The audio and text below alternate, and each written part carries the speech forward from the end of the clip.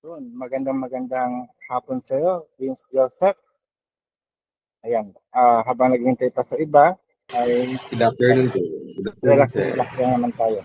Natanggap mo ba yung response ko sa comment mo last week about kay Dr. I don't know Yes, kung sir. pangalan Dr. May punto Pareha po, siya yes. na Nag-reply din. ayun, may punto siya sa sinasabi niya. Kaya nga lang yung bandang huli na no to hilot is parang doon tayo nag-react. Dahil kasi meron pong batas po ang hilot na tinataguyod tayo ng gobyerno at pinopromote din tayo. Tama. Pero siya as medical doctor, parang hindi yata siya informed o hindi yata siya lumaki dito sa Pilipinas. Unfortunately, Although parang ito nga, gine-generalize ko na kasi. Yun yung mahirap eh. yun ang mahirap. Although aminado ako na kailangan pa rin talagang pangalagaan or parang bantayan ang mga manghihilot natin. Kasi nga, di ba, parang wala naman talagang aral ang mga Yes po, tama. manghihilot. Pero hindi rin natin masisisi dahil kasi nga ayon sa kasaysayan, parang nanggagamot tayo out of compassion. Ayan, good Tama morning, po. Kimberly Acebo Arteche. I think um I think taga ibang bansa yata si Kimberly. So going back to answer the question na the reason why na ang hilot ang laging nauuna is parang katulad sa triangle, no? Triangle of Healthcare Delivery Services. Opo, primary Tayo po. hindi nasa base. Nandito tayo sa base. Tayo yung primary. Kumbaga, tayo Yes po, yung unang primary po. nalalapitan ng mga tao bago makarating sa healthcare, modern healthcare delivery system hanggang sa modern professional. So, kung mas daramihan nila ang doktor na nakalagay sa bawat barangay, no, maaring matugunan ang karamdaman. Pero ngayon, kulang na kulang tayo ng mga doktor kasi most of our doctors ay nag-iingal sa ibang bansa, no? So, kaya nga napakahalaga din na magkaroon tayo ng karunungan. Ang purpose ng Hi listen, this is the purpose of this webinar na para magbigyan ng information ang bawat manghihilot to reach out our local manghihilot to be certified na magkaroon ng knowledge on modern medical science. But this webinar for the whole month of November aims the basic foundations or fundamental knowledge of hilot practice para we will all be informed of what is hilot all about. Kaya yun lang din siguro, we want to reach out also medical doctors in order to know us and to be accepted. Kaya nga lang, ang nagawa last year, nung last term ni Dr. Pabiona, yung dating PTAC director, is nakapag-reach out niya siya sa mga medical doctors and most of the medical doctors ay nagkaroon ng interest sa traditional medicine pero ang inavail mo lang knowledge ay yung knowledge ng acupuncture and naturopathy. No? So kulang na kulang pa rin ang knowledge ng ating mga medical doctors in terms of our own culture and tradition. So sana through you and everyone of us here is magkaroon tayo ng fundamental knowledge on hilot so that we could promote it into the modern healthcare delivery system. So mag-share muna ako ng slide na. Since it's already 3:02 and it is already our second Saturday for the month of November.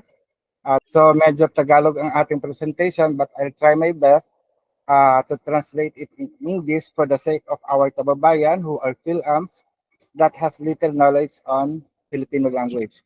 So today, we are going to introduce the definition of life, health, illness, and wellness. It is important for us to know what is life is. Um, do anyone know what is life for? Siguro naman you have an idea. Ano ba talaga ang buhay? Dahil kasi ibang tao, we just exist and enjoy life, pero hindi natin namamalayan na kahit humihinga tayo, kumikilos tayo, our life is not present on it. Tama po ba? Some of us would be happy enjoying just wake up in the morning, go to work, go back to home, sleep, then wake up, go to work, go back to home, and sleep. So nakita niyo yung pattern na gigising tayo sa umaga, magtatrabaho, uwi ng bahay, matutulog, at gigising ulit na paulit-ulit. Is there life on that situation? So dito natin malalaman ano ba talaga, gaano ba talaga kahalaga ang buhay at ano ba talaga ang definition or pagpapahulugan ng buhay. So sa araw na to, yun ang ating paksang pag-uusapan. So sinabi sa ating module, no, ano ang buhay na ayon sa pananaw ng isang manghilot? Para sa atin, sa isang manghilot, ang buhay ay handog na biyaya ng Panginoong may kapal sa lahat ng kanyang nilalang upang sila ay umiral sa mundo na kanyang nilikha. Ang pag-iral o existence ay kinakikitaan ng pagkilos at galaw, paglago at pag-unlad, mag-isip at gumawa ng sariling pagpapasya. Ang mga ito ay ilan lamang sa mga katangian ng ating buhay. So it means our life is a gift from the divine. Our existence shown our movement and action, growth and prosperity. We have ability to decide and do according to our own free will. Next is, ayon sa mga dalubhasa, ano ba ang katangian ng buhay? So modern medicine define or modern science define life as the sum of the properties by which an organism grows, reproduces, maintains its structure, and adapts itself to its environment. It is the quality by which an organism differs from inorganic or dead organic bodies. So it means, are you growing? In terms of growth, yun ba ay physical lamang? You should grow not only physically or structurally, but you should also grow mentally and emotionally. Here, there is called reproduction.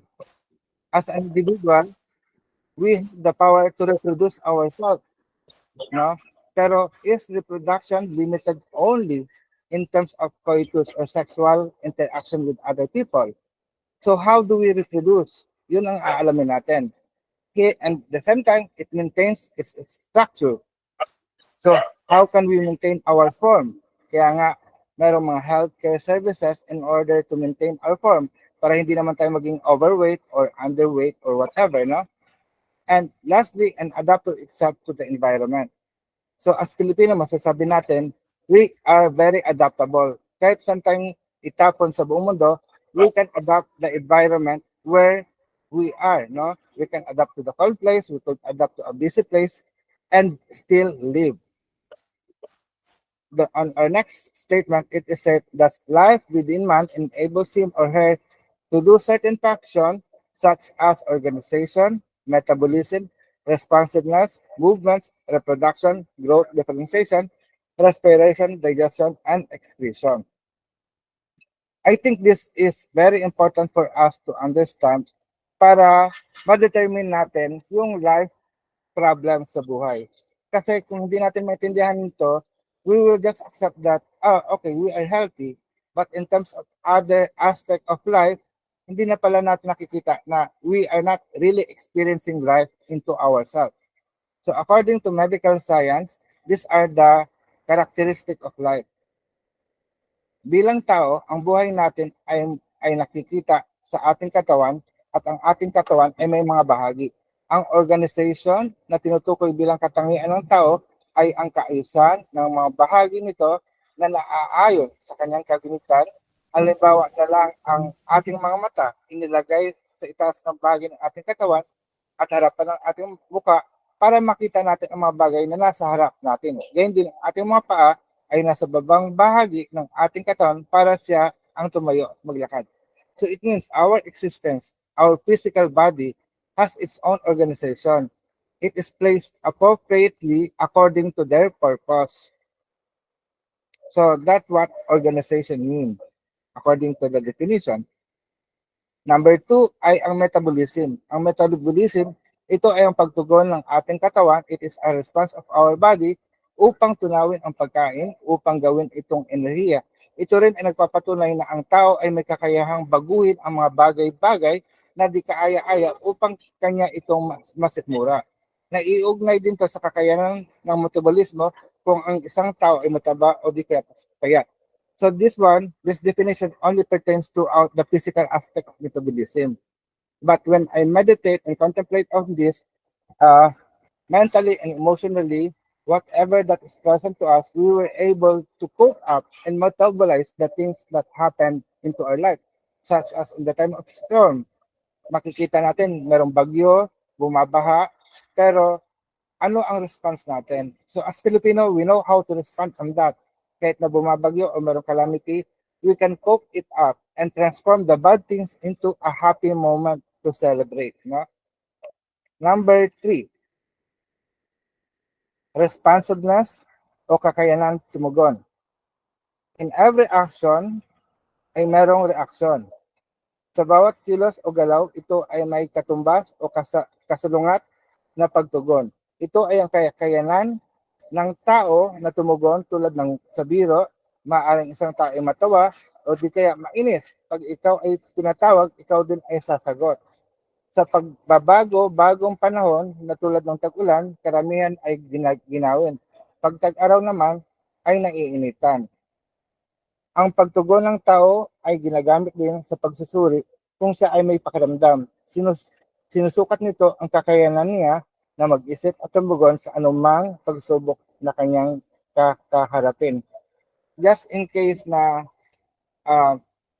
in terms of stroke patient, no, it is important for us to determine the responsiveness of an individual through pain and through sensation. From there, we can put a grading system on how the person would respond.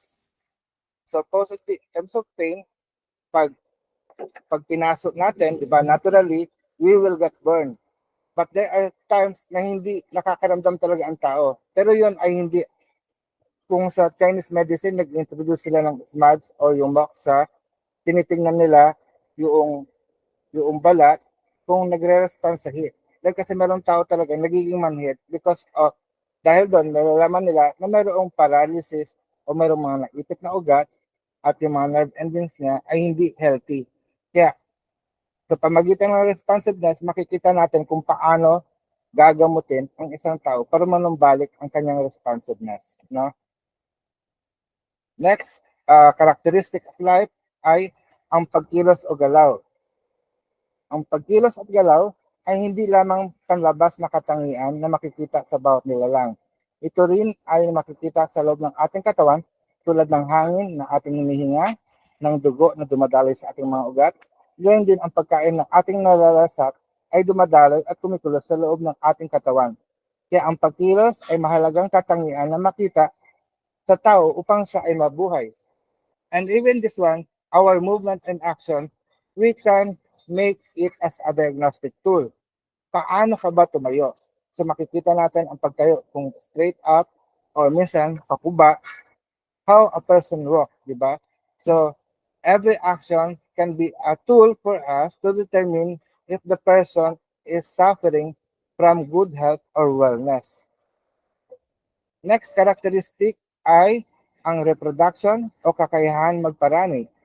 Madalas natin iniisip ang reproduction ay tumutukoy lamang sa kakayanan ng taong magkaanak o magkaanak.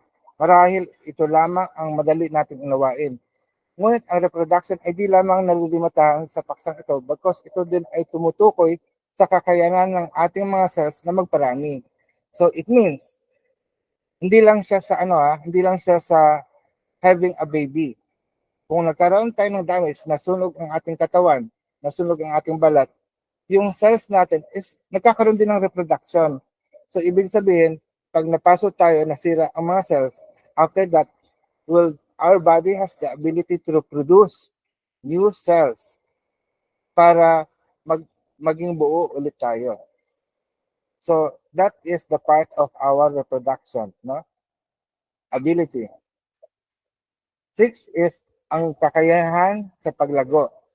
Ito ay tumutukoy sa pagtaas ng laki, alinman sa pamagitan ng pagtaas ng mga bilang ng mga cells o sa pamagitan ng pagtaas sa laki ng bawat individual na cells. Upang maganap ang paglaki, ang proseso ng anabolic ay dapat mangyari sa mas mabilis kaysa sa proseso ng catabolic. Ang anabolic, ito ay nangangahulugan ng pagbuo o paglikha. Ang catabolic naman, ito ay paraan ng paghahati-hati at pagpapakawala ng enerhiya sa isang organismo. Next ay ang differentiation o ang pagkakaiba-iba. Ito ay isang proseso ng pag-unlad kung saan ang mga espesyalisadong mga cells ay nagbabago-bago sa mga espesyal na selula na may natatanging struktura at functional na mga katangian. Sa pamagitan ng pagkita ng kaibahan, ang mga selula ay nagiging mga tissues at organs. Kaya nga ang ating mga tissues ay iba-iba, same as our organ systems. Ikawalo, we have the ability to breathe, respiration. Ito ay tumutukoy sa lahat ng prosesong kasangkot ng pagpapalitan ng mga oxygen at carbon dioxide sa pagitan ng mga selula at ng panlabas na kapaligiran. At dito sa respiration ay napapaloob yung tinatawag na inspiration o yung pag-inhale natin, and then yung expiration.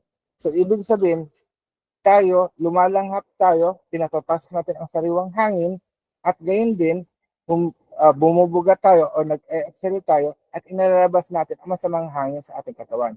So in the process of the word inspiration, we are motivated to that positive things that comes into our mind.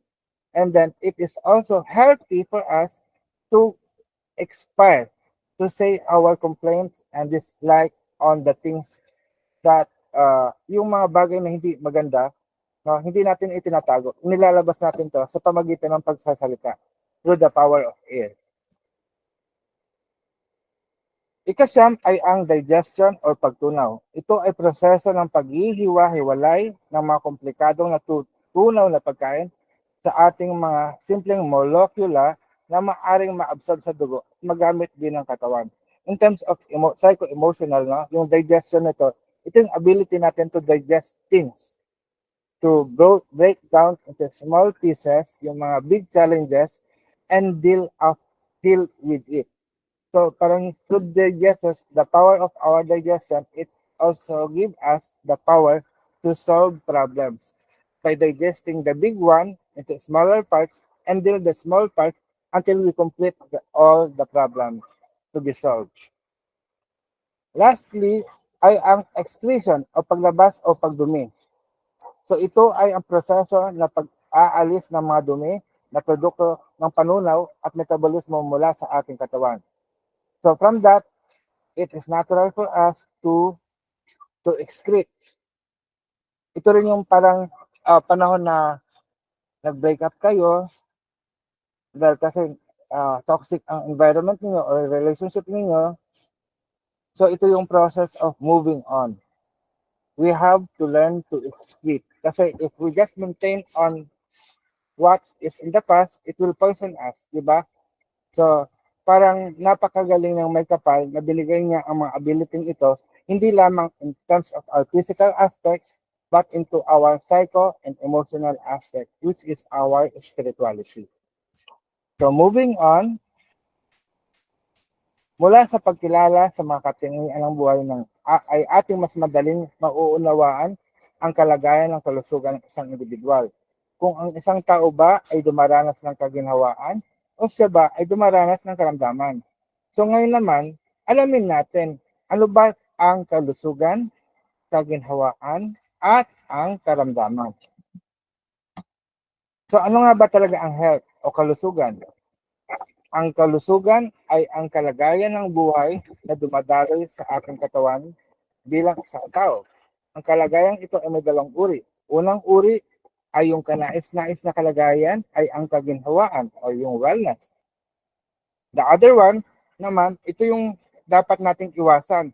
Ito yung kalagayan natin kung tayo ay may karamdaman. So ano ba talaga ang ginhawa? Ang ginhawa ay ang kalagayan ng kalusugan kung saan ang individual ay kinakikitaan ng liksi o sigla. So ibig sabihin yung liksi is enthusiasm, and sigla, ano ba yung sigla? Sorry, research na lang po natin kung ano bang ibig sabihin ng sigla. No?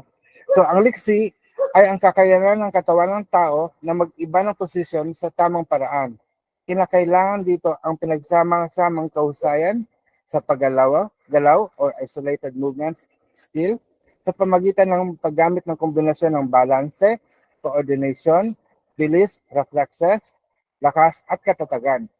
Ang sigla naman ay ang pagkakaroon ng maaliwalas at maayos na pakiramdam upang ang isang tao ay makaganap ng isang tungkulin.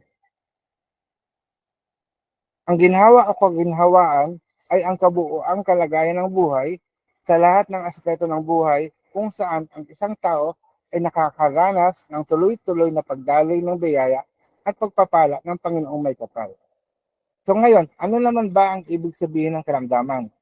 Ang karamdaman ay kalagayan ng kalusugan ng tao kung saan ang lahat ng aspeto ng buhay ng isang tao ay pinakikitaan ng kahinaan at walang gana. Ayon sa aking guro, no, sa St. Francis Divine College School of Alternative Medicine, sabi niya sa akin, anumang bagay na naglilimita sa isang individual ay isang anyo ng karamdaman. So halimbawa, kung wala kang pera, dahil sa wala kang pera, hindi ka makakilos at hindi mo magawa na maging masaya, so may karamdaman ka. So parang yun ay isang example lang ng pagpapaliwanag niya sa amin. Ang karamdaman na madalas tawaging sakit ay tinatawag din noon na sinaunang panahon na bilang pilay. So ang pagkaintindi ng ating mga ninuno sa karamdaman, ngayon kasi pagtanong, may sakit ka, ibig sabihin, are you ill? Or meron kang disease? So sa American or English word, yung sick, ill, disease, ailment, iba-iba ang taguri nun. Pero para sa atin, ang pagkaunawa natin dito ay pilay. Sa sakit na pilay, meron din dalawang uri, no? Ito yung pilay o karamdamang physical at karamdamang spiritual, kung saan ay ating didiscuss sa susunod na slide. So, sa karamdamang physical ay meron tayong pilay ipit, pilay bali, pilay hangin, pilay lamig. So ipit, ibig sabihin you are clipped, no? Parang na-stuck. Hindi nag-cause ng pag-ipit para hindi magtuloy-tuloy madaloy, no? Yung bali naman is talagang break, pagkaputol. Yung hangin, ito yung babara sa daluyan na maaring magkaroon ng empty space sa loob ng katawan.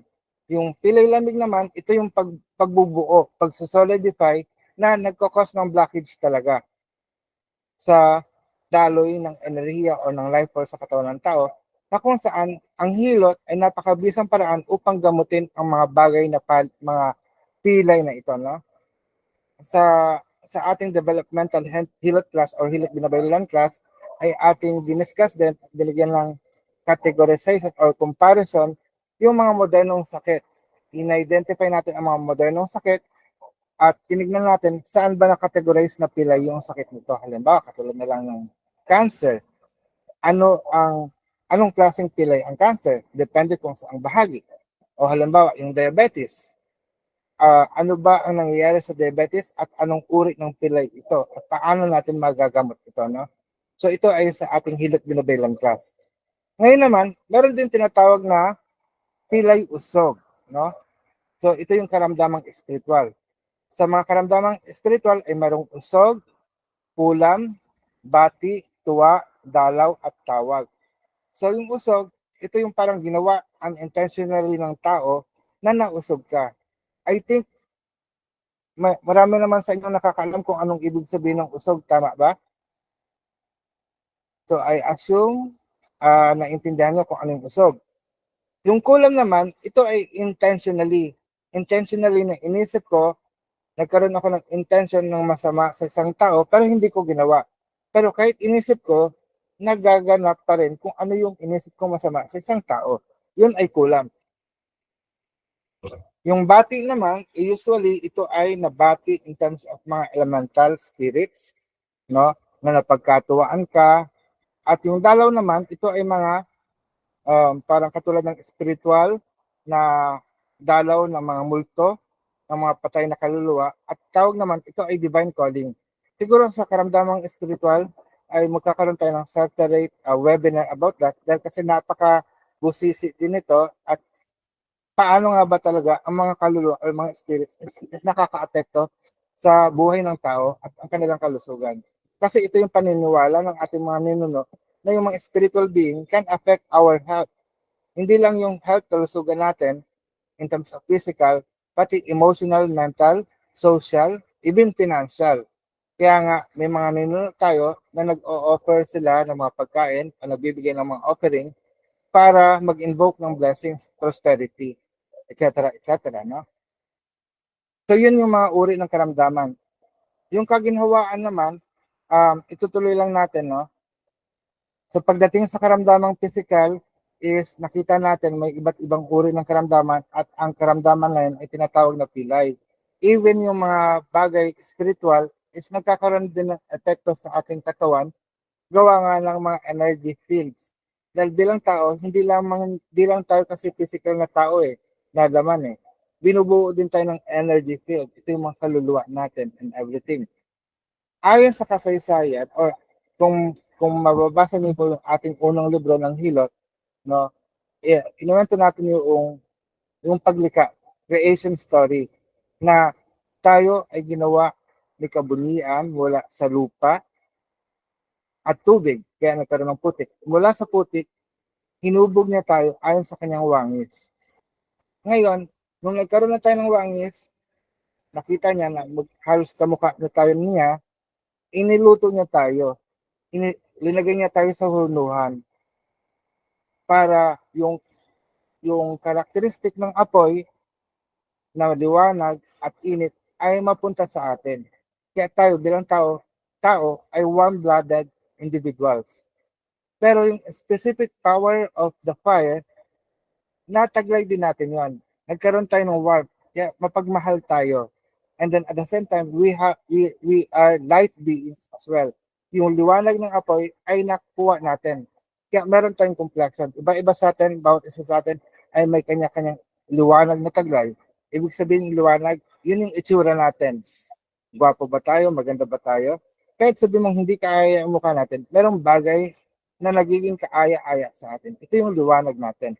So as an individual, the reason why kung bakit tayo naghihilot o nagpapahilot, yung hilot masahe ba, di ba sa hilot masahe, nag-a-apply tayo ng langis? Yung pag-a-apply ng langis sa ating katawan, ito is a form of refueling the light within us.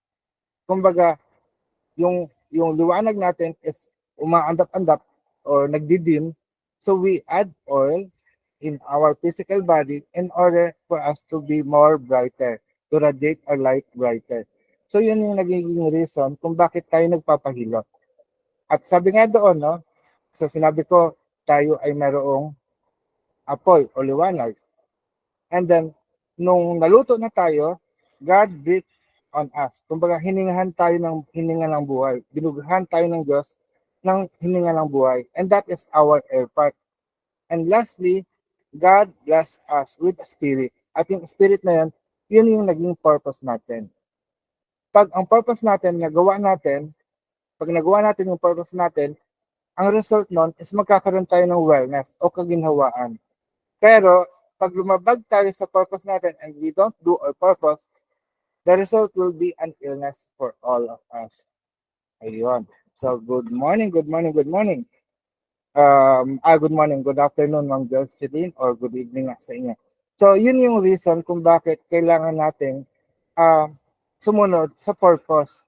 Kasi yung purpose natin, if we follow our own purpose in life, we will experience wellness or kaginawaan. And if we break our own purpose, nagkakaroon tayo ng karamdaman. Right now, in modern times, pag tinanong mo, ano bang purpose mo sa buhay? Can somebody answer that here? Madalas kasi sa aking mga counseling session, is parang hindi nila nakikita, nalalaman. Ano ba talagang purpose nila?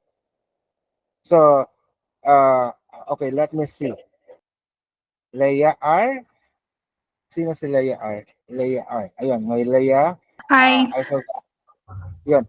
Can you answer what's that purpose? Do you know your purpose in life?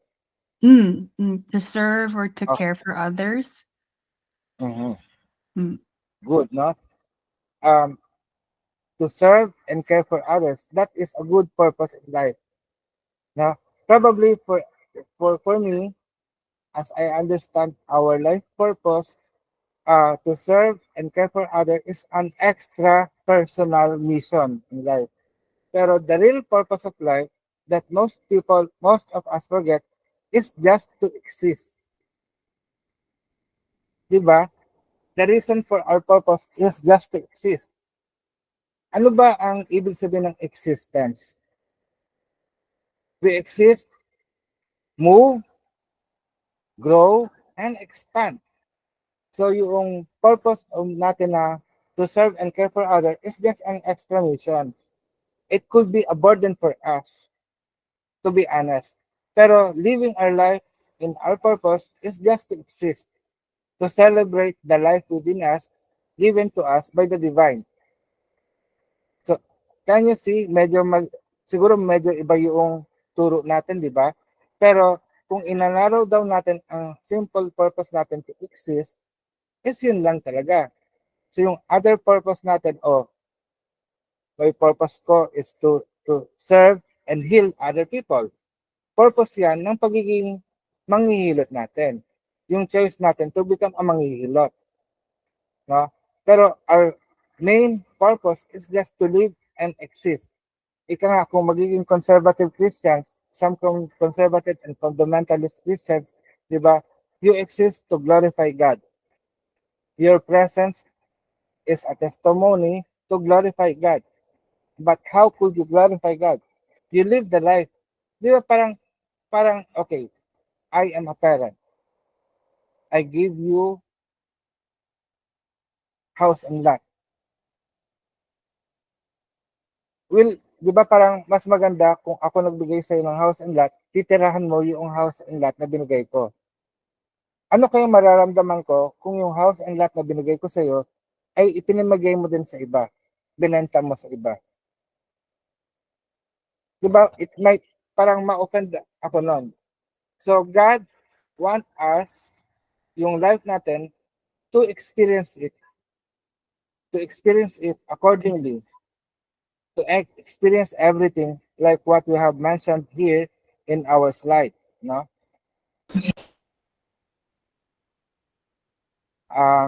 Sige, balikan natin yung experience na yan, yung 10. Ayan. Experience everything of this: organization, metabolism, responsiveness, movement, reproduction, growth, differentiation, respiration, digestion, and excretion. So that is life to experience. And other experience that we have, or mission or purpose that we have, is just an extra mission lang. Our personal choice na yon. Our personal choice. So in order for us to help other people, no? Kasi maraming tao concerned, ano ba talagang purpose nila? So iniisip natin, siguro kailangan mong maging doktor, kailangan mong maging engineer, kailangan mong maging architect. That is temporary. Ito yung parang accomplishment na maaari natin gawin habang nandito sa mundo. No? Even our name, kung aaralin nyo, kung marunong kayo ng numerology, doon nyo makikita ano ba talagang iba pang extra life purpose. Ano ba yung mga work purpose mo para umunlad, kumita ng pera. Pero part siya ng pagtugon sa ating growth and expansion. We have to expand. And even this, going to the webinar like this, no, isa rin tong extra mission of complying para magkaroon kayo ng satisfaction. Yung mind niyo is magkaroon ng growth, at kung ano man nakita niyo socially is ma-apply niyo kung ano natutunan natin dito. Do you have any questions in mind? Meron bang questions tayo? So next week, ito lahat yung ating mga pinag-uusapan ngayon. No? So next week, ang pag-uusapan naman natin ay ang mga sangkap at kakayahan ng tao. So kung wala ng katanungan, is tayo magpapaalam na. Maraming salamat sa inyong pagdalo. Yes, Shell, meron kang tatanong? I don't have a question. I just wanted to say thank you because I'm always wondering if I'm here just to serve others. It feels fulfilling, but that's not all I'm here for. So thank you. Thank you very much as well.